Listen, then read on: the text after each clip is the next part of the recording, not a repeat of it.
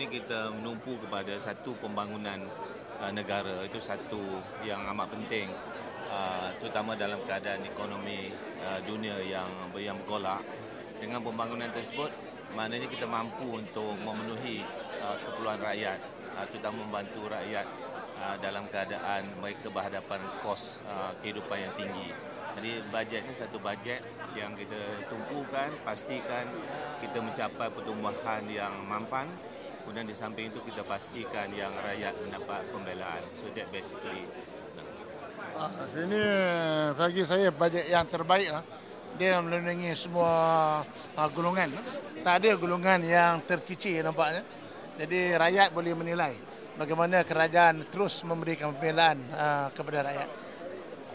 Satu konsep baru iaitu targeted subsidi, di mana subsidi ini akan dinikmati oleh orang tertentu sahaja. Bagi PKS ataupun enterprise kecil sederhana SME, mereka terima kasih kerana disediakan peruntukan 1 bilion melalui SME Bank, kerana salah satu isu yang dihadapi oleh mereka ialah access to funding. Sukar untuk mendapat pinjaman. Kita harap dengan 1 bilion yang diumumkan dalam belanjawan tersebut, makin akan mempermudahkan PKS, industri kecil dan sederhana, untuk mendapat funding daripada institusi kewangan. Sebagai Menteri Pelancongan, saya juga sangat-sangat menggalak bajet ini. Yang pertama, dah umumkan tahun 2013, tahun 2014 akan jadi tahun Visit Malaysia Year. Ini sangat mustahak untuk kita berusaha lagi naik taraf perkhidmatan perusahaan industri pelancongan dan juga memberikan insentif cukai. Apa yang diumumkan tadi menjurus kepada pelaksanaan dan sasaran yang telah pun kita belajar dan kita kaji daripada 2,5 tahun kita laksanakan NKRA kita, dan perkara-perkara yang melibatkan pihak-pihak yang berkepentingan.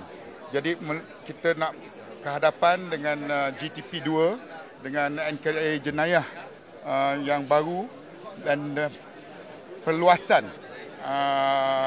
pendekatan dan peruntukan tadi cukup membanggakan. Kedua, saya tengok ini buat pertama kali penambahan ahli anggota PDRM disebut di dalam belanjawan. Ini satu pengiktirafan bukan sahaja kepada pihak polis, tetapi pengiktirafan kepada apa yang kita lakukan di dalam NKRA jenayah kita.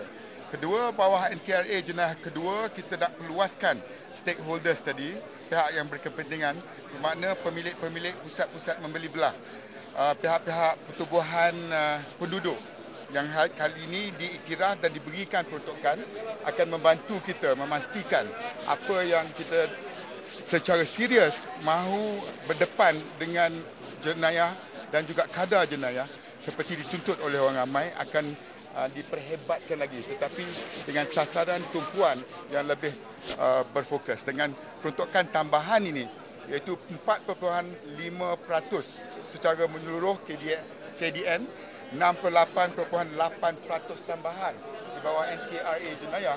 Satu pengiktirafan dan juga akan memastikan semangat yang diberikan ini dapat meningkat di peringkat KDN, insya-Allah.